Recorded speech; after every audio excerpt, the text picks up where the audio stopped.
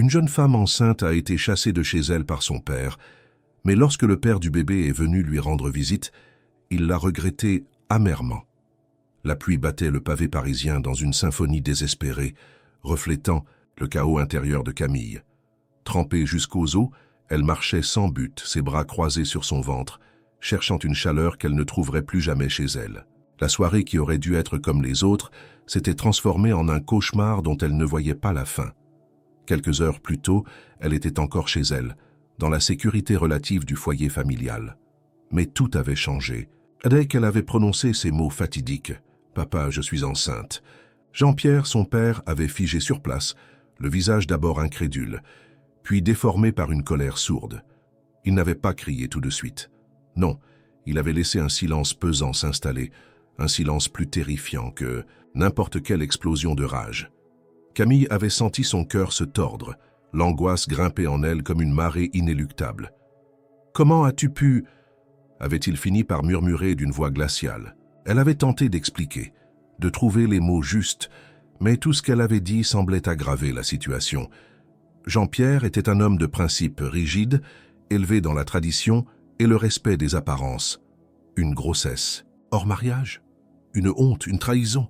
Sa mère, Hélène, avait essayé d'intervenir, posant une main suppliante sur le bras de son mari. « Jean-Pierre, ce n'est qu'une enfant, nous devons l'aider. » Mais son regard dur et tranchant comme une lame avait coupé court à toute discussion.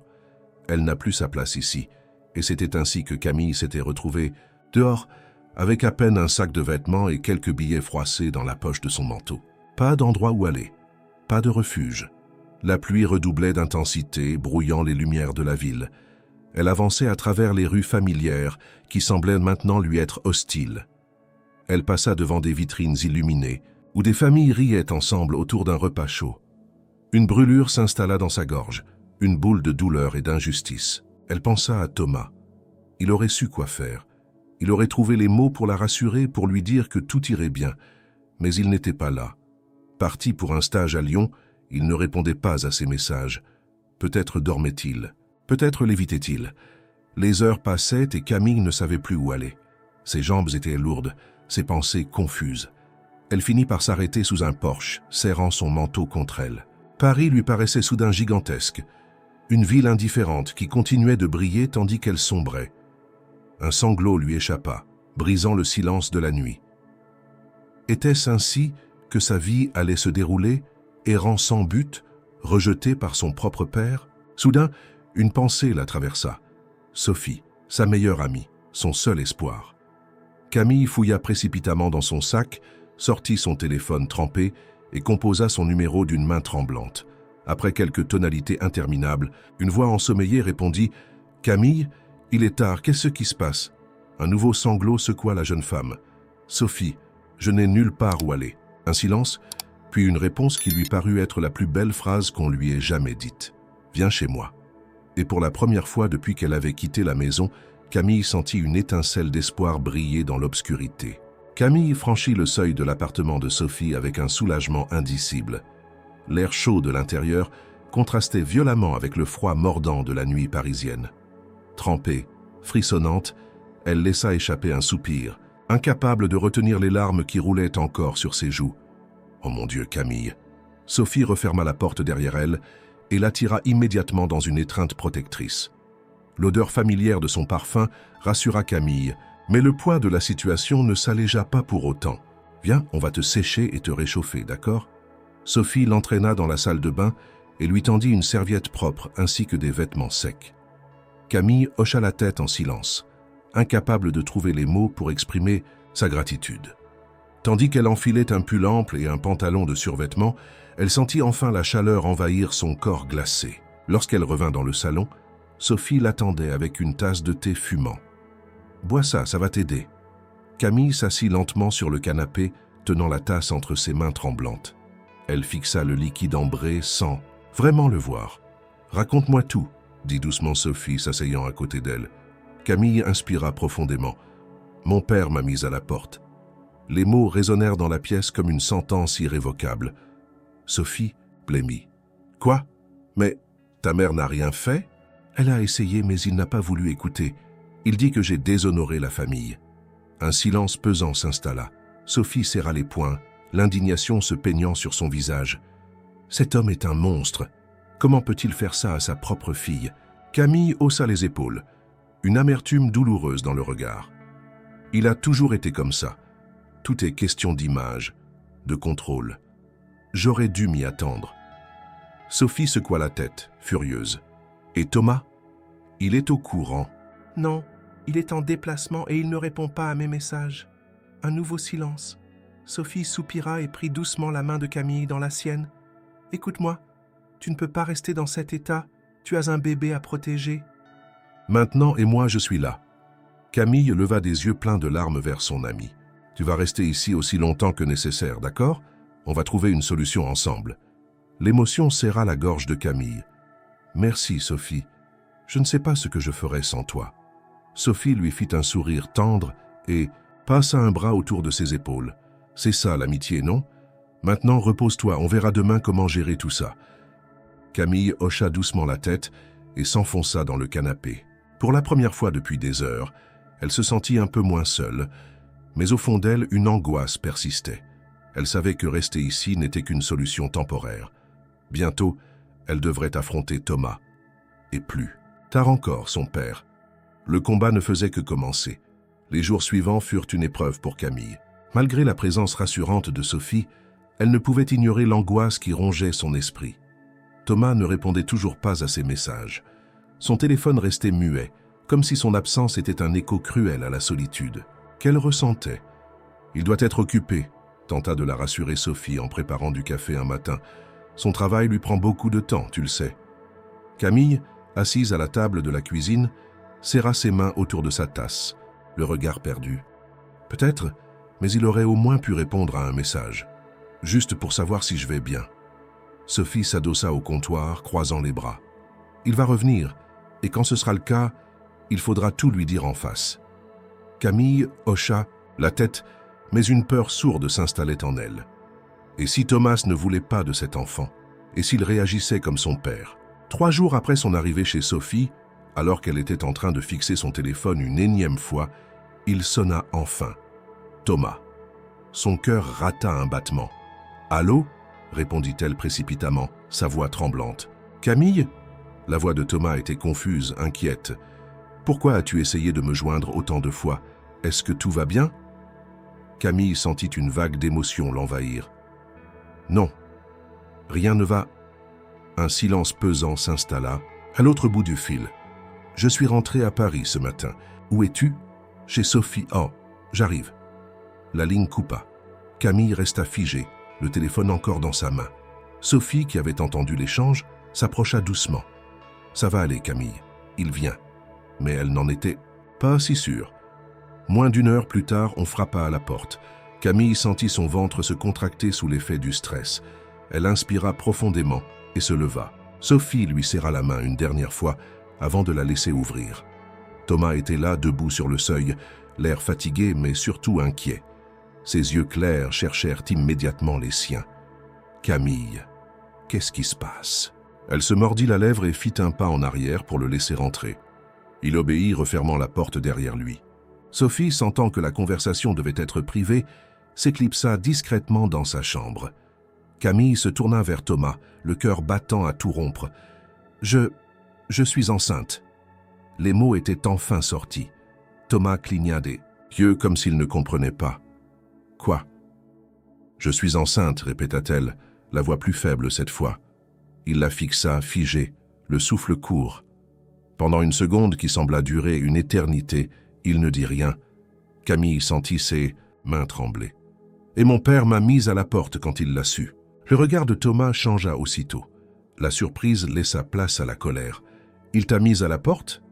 Camille hocha lentement la tête, une larme coulant le long de sa joue. « Il dit que j'ai déshonoré la famille. Il ne veut plus me voir. » Thomas passa une main dans ses cheveux, exaspéré. « Ce type est complètement fou. Comment peut-il te faire ça ?» Camille haussa les épaules. Il n'a jamais été du genre à pardonner les écarts. Thomas fit quelques pas nerveux dans la pièce, tentant de digérer l'information. Puis brusquement, il s'arrêta et la regarda droit dans les yeux.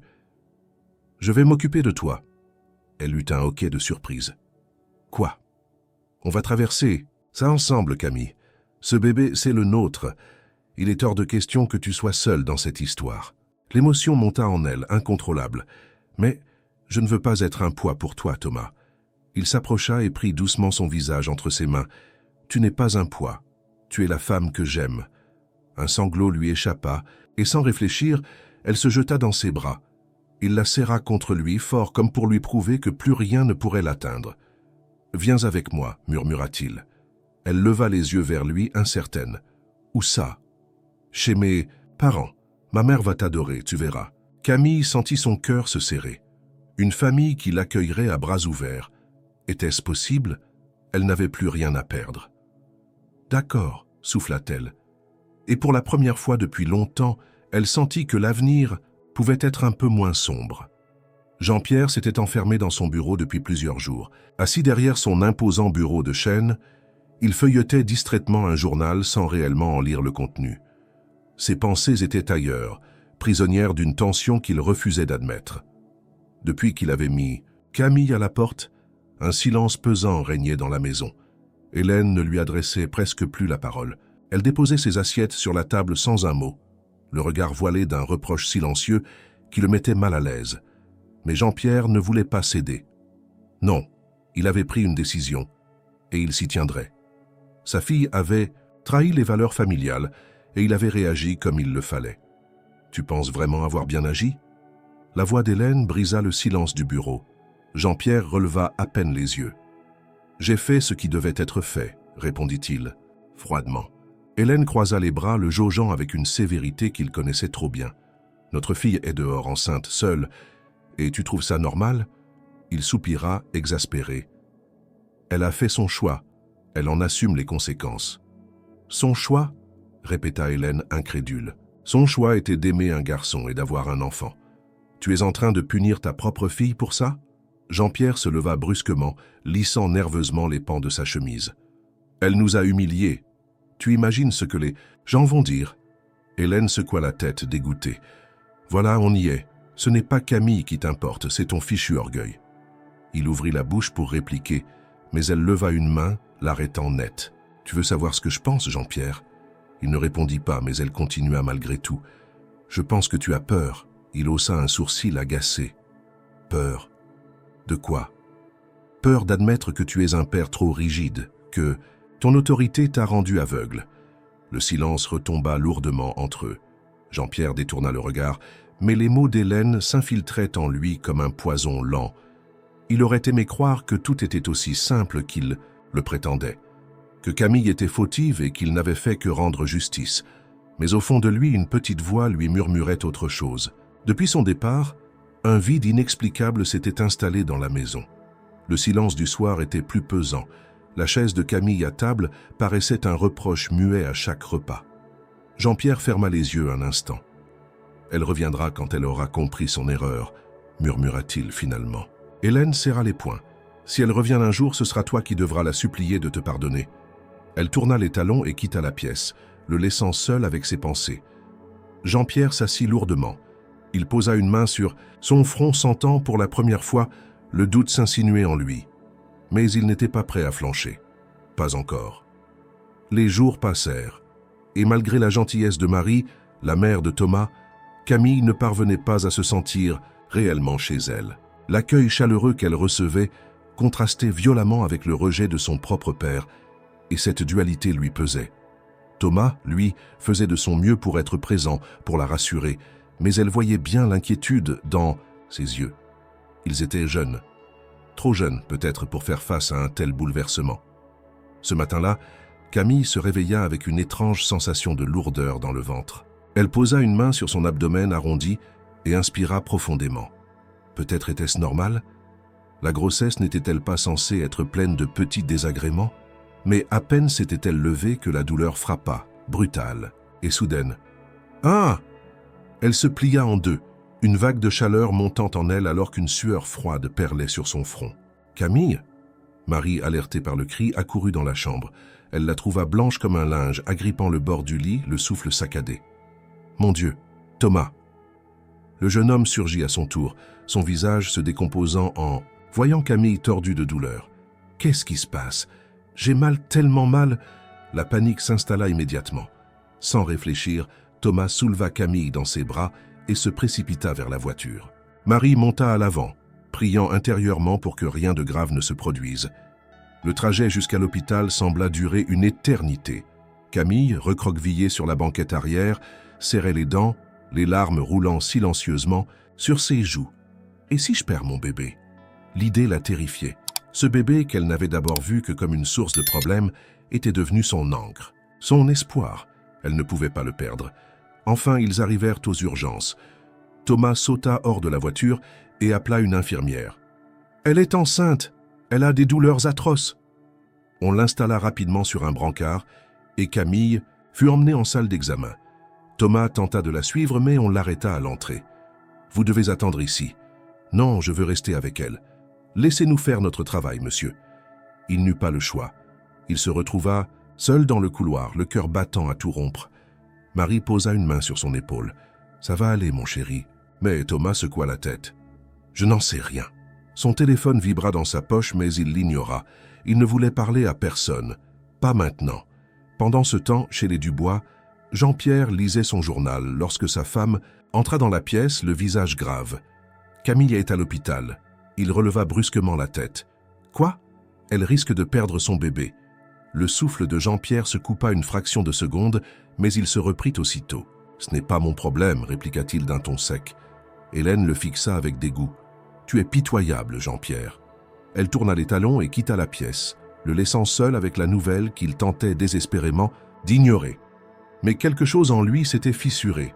Dans le couloir de l'hôpital, Thomas faisait les 100 pas, le front couvert de sueur, les poings serrés. Chaque minute qui passait semblait durer une éternité.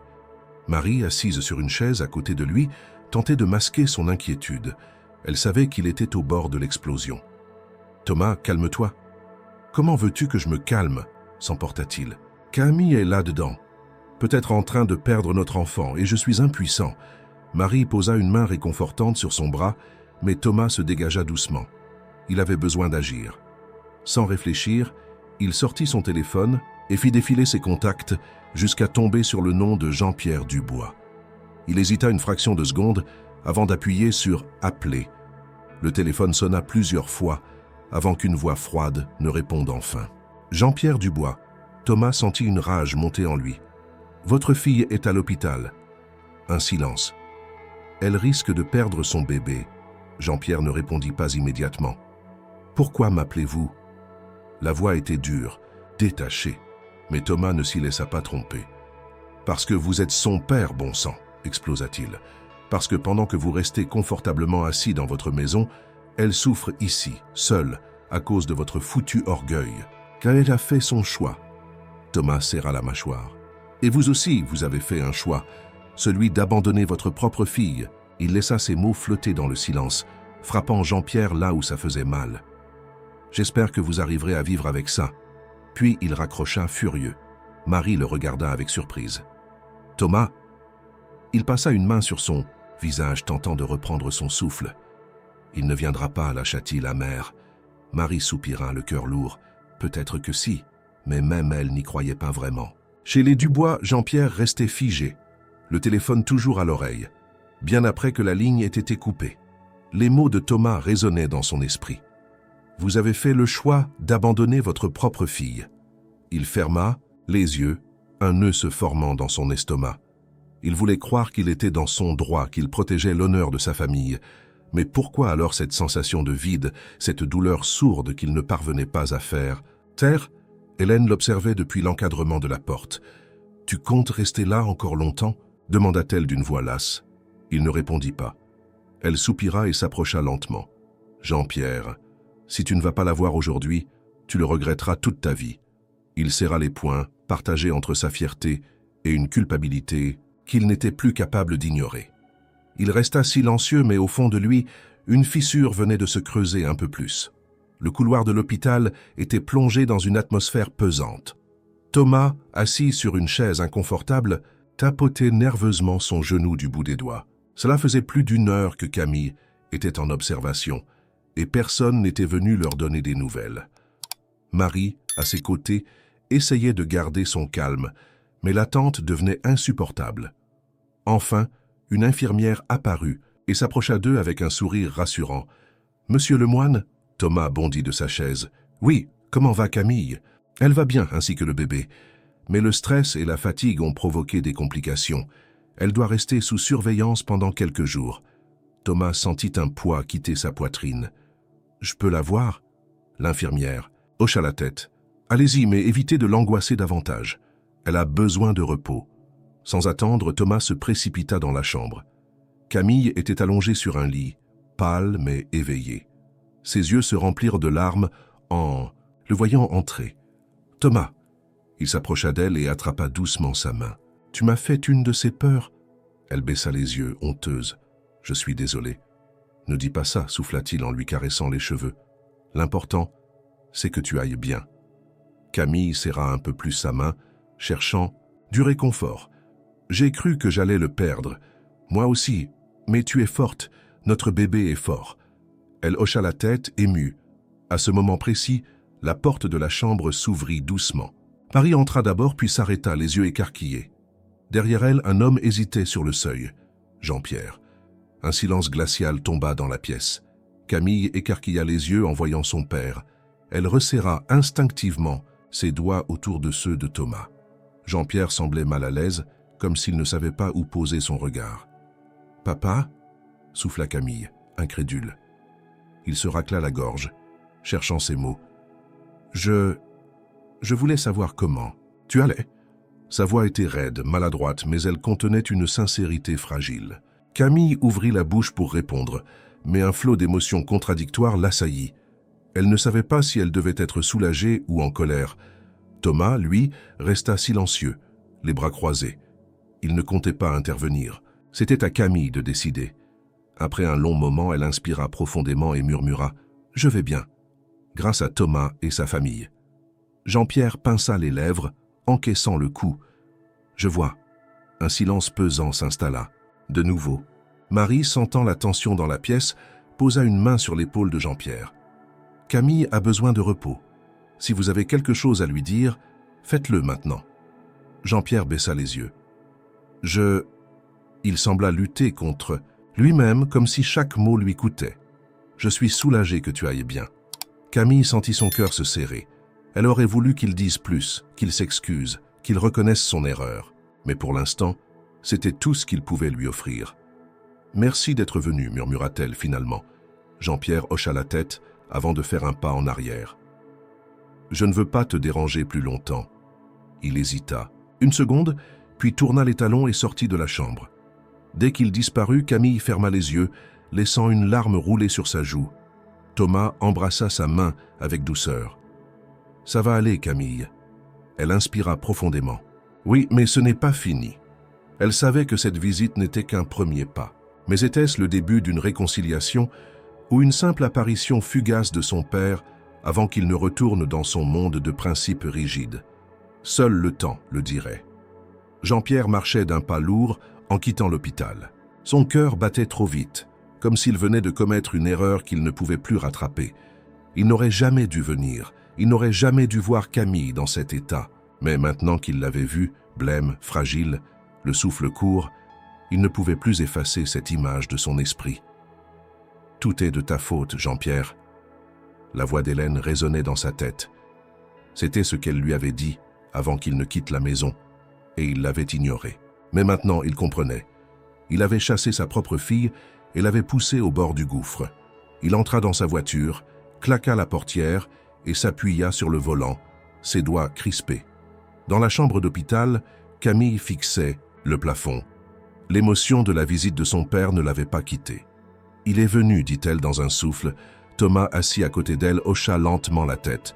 « Oui. » Camille tourna la tête vers lui, cherchant du réconfort. Mais il n'a rien dit d'important. Pas d'excuse. Pas un seul mot qui laisse penser qu'il regrette vraiment. Thomas soupira. « Camille, ton père est un homme fier. Je pense qu'il lui a fallu un effort énorme juste pour venir ici aujourd'hui. Mais ce n'est pas suffisant. » Son regard se perdit dans le vide. J'aurais voulu qu'il dise qu'il était désolé. Marie, qui était restée en retrait, s'approcha et posa une main douce sur son épaule.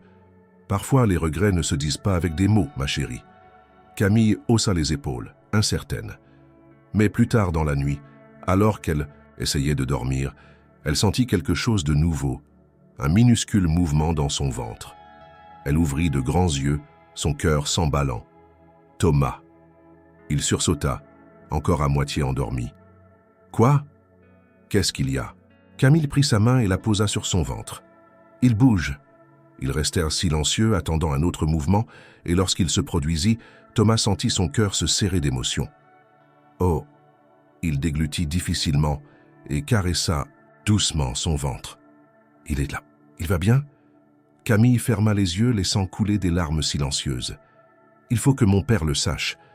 Elle ne savait pas encore comment elle allait le lui dire, ni s'il accepterait d'écouter. Mais elle savait qu'elle devait essayer. Les jours passèrent et Camille retrouva peu à peu ses forces. Le médecin l'avait autorisée à sortir de l'hôpital à condition qu'elle se repose et évite le stress. Mais comment pouvait-elle y parvenir alors que l'ombre de son père pesait sur son esprit? Depuis sa visite à l'hôpital, Jean-Pierre n'avait donné aucun signe de vie. « Il va revenir », affirmait Marie avec douceur. « Il est peut-être maladroit, mais il t'aime, Camille. » La jeune femme voulait y croire. Mais une partie d'elle se demandait si son père n'avait pas refermé la porte pour de bon. Jusqu'au jour où, contre toute attente, il réapparut. C'était un après-midi calme. Camille était installée dans le salon de la maison des parents de Thomas, un livre sur les genoux, lorsqu'on frappa à la porte. Marie alla ouvrir et se figea. Jean-Pierre. Camille redressa brusquement la tête. Thomas, qui était assis à côté d'elle, posa sa main sur la sienne, un geste protecteur. Jean-Pierre hésita sur le seuil. Il tenait quelque chose dans les mains, un sac. « Je peux entrer ?» demanda-t-il d'une voix rauque. Marie jeta un regard à Camille, lui laissant le choix. Un instant, elle eut envie de dire non, de lui tourner le dos comme il l'avait fait avec elle. Mais elle voulait comprendre. « D'accord. » Jean-Pierre entra lentement, mal à l'aise. Ses yeux se posèrent sur sa fille, puis sur son ventre légèrement arrondi. Un éclair d'émotion traversa son regard, mais il le réprima aussitôt. Il posa le sac sur la table. « J'ai apporté des affaires pour le bébé. » Camille ouvrit le sac et y découvrit des vêtements minuscules, soigneusement pliés. Des petits chaussons en laine, une couverture douce. Son cœur se serra. « Pourquoi tu fais ça ?» demanda-t-elle, la voix tremblante. Jean-Pierre inspira profondément. « Parce que j'ai été un imbécile. » Thomas échangea un regard surpris avec Marie. Camille, elle, resta silencieuse, attendant la suite. Jean-Pierre passa une main nerveuse dans ses cheveux grisonnants. « Je ne suis pas doué pour ce genre de choses, » dit-il enfin. « Mais je sais que j'ai fait une erreur en te mettant à la porte. » Le silence tomba dans la pièce. Camille sentit les larmes lui monter aux yeux. « Pourquoi maintenant ?» souffla-t-elle. « Parce que j'ai cru que j'allais te perdre, » répondit-il, sa voix plus faible. Elle vit alors quelque chose qu'elle n'avait jamais vu chez lui, de la peur. Jean-Pierre baissa la tête, comme s'il avait honte. « J'ai laissé mon orgueil me guider. J'ai voulu préserver l'image de la famille, mais j'ai oublié que sans toi, cette famille n'avait plus de sens. » Camille porta une main à sa bouche, bouleversée. « Papa !» Il leva enfin les yeux vers elle. « Je ne te demande pas de me pardonner tout de suite. Je veux juste être là, pour toi, pour lui. » Son regard se posa sur son ventre. Un silence s'installa. Puis Camille inspira profondément et murmura « Ça prendra du temps. » Jean-Pierre hocha la tête. « Je sais. » Un frisson parcourut Camille lorsqu'elle réalisa ce qui était en train de se passer. C'était le début d'un chemin difficile, mais au moins il avait fait le premier pas. Le jour de l'accouchement arriva plus tôt que prévu. Camille était entrée en travail au milieu de la nuit. La douleur soudaine et intense l'avait réveillée en sursaut, la laissant haletante et paniquée. « Thomas, ça commence !» Son compagnon bondit hors du lit, encore à moitié endormi. Mais l'urgence de la situation le ramena immédiatement à la réalité. « D'accord, respire, on va à l'hôpital. » Marie, déjà réveillée à cause de l'agitation, accourut aussitôt et aida Camille à s'habiller pendant que Thomas attrapait les clés de la voiture. L'hôpital était plongé dans une effervescence nocturne lorsque Camille fut prise en charge. Allongée sur le lit d'accouchement, elle serrait la main de Thomas avec une force qui lui blanchissait les jointures. « Ça fait trop mal, je peux pas. »« Tu peux le faire, Camille, je suis là. » Elle lutta, les larmes aux yeux, le souffle court. Puis, après de longues heures de douleur et d'effort, un cri perça l'air. Un cri de nouveau-né. Camille sentit son cœur exploser dans sa poitrine en entendant ce premier son. Les larmes coulèrent sur ses joues, tandis qu'on déposait le petit corps chaud et fragile contre sa poitrine. « C'est un garçon », annonça la sage-femme avec un sourire attendri. Camille regarda son fils, niché contre elle, les yeux à peine ouverts, la peau encore rosée. « Bonjour, mon amour », murmura-t-elle d'une voix tremblante. Thomas, bouleversé, posa une main sur la tête du bébé et l'embrassa doucement. « Il est parfait. » Mais alors que Camille savourait ce moment d'intense émotion, une silhouette familière apparut à l'entrée de la chambre. Jean-Pierre. Il était là, debout, hésitant, un bouquet de fleurs dans les mains. Son regard s'accrocha au petit être blotti contre sa fille, et pour la première fois depuis longtemps, son masque d'homme rigide se fissura complètement. Les larmes montèrent dans ses yeux, mais il n'osa pas s'approcher. Camille l'observa un instant, encore émue, puis baissa les yeux vers son bébé. Après un long silence, elle murmura « Tu veux le prendre ?» Jean-Pierre releva brusquement, la tête, surpris. « Moi ?» Camille hocha doucement la tête. « C'est ton petit-fils. » Un instant, il sembla déconcerté. Puis, il s'approcha lentement du lit. Thomas l'aida à prendre le bébé dans ses bras, et Jean-Pierre retint son souffle en sentant la chaleur du nourrisson contre lui. Ses grandes mains tremblaient légèrement alors qu'il le contemplait. « Il est si petit », murmura-t-il, presque pour lui-même. Le bébé ouvrit légèrement la bouche, bâilla, et bougea faiblement ses doigts minuscules. Et Jean-Pierre, l'homme froid, sévère, impassible, se mit à pleurer silencieusement. « Je suis désolé, Camille », murmura-t-il enfin, sa voix brisée par l'émotion. Camille sentit un nœud se défaire dans sa poitrine. Ce pardon, elle l'avait attendu. Elle tendit la main et la posa sur celle de son père, qui tenait encore le bébé avec une douceur infinie. « Je sais, papa. » Il leva les yeux vers elle, et dans ce regard qu'ils échangèrent, il n'y avait plus de rancune, seulement un amour brisé qui venait de se reconstruire. Marie et Thomas observèrent la scène en silence, profondément touchés. « Je crois qu'on est enfin une vraie famille », murmura Thomas en serrant la main de Camille. Elle tourna la tête vers lui et sourit, le cœur rempli d'une paix nouvelle. « Oui. » Dans cette pièce d'hôpital, sous la lumière tamisée du matin naissant, une famille venait de renaître. Et pour la première fois depuis longtemps, Camille sut que tout irait bien.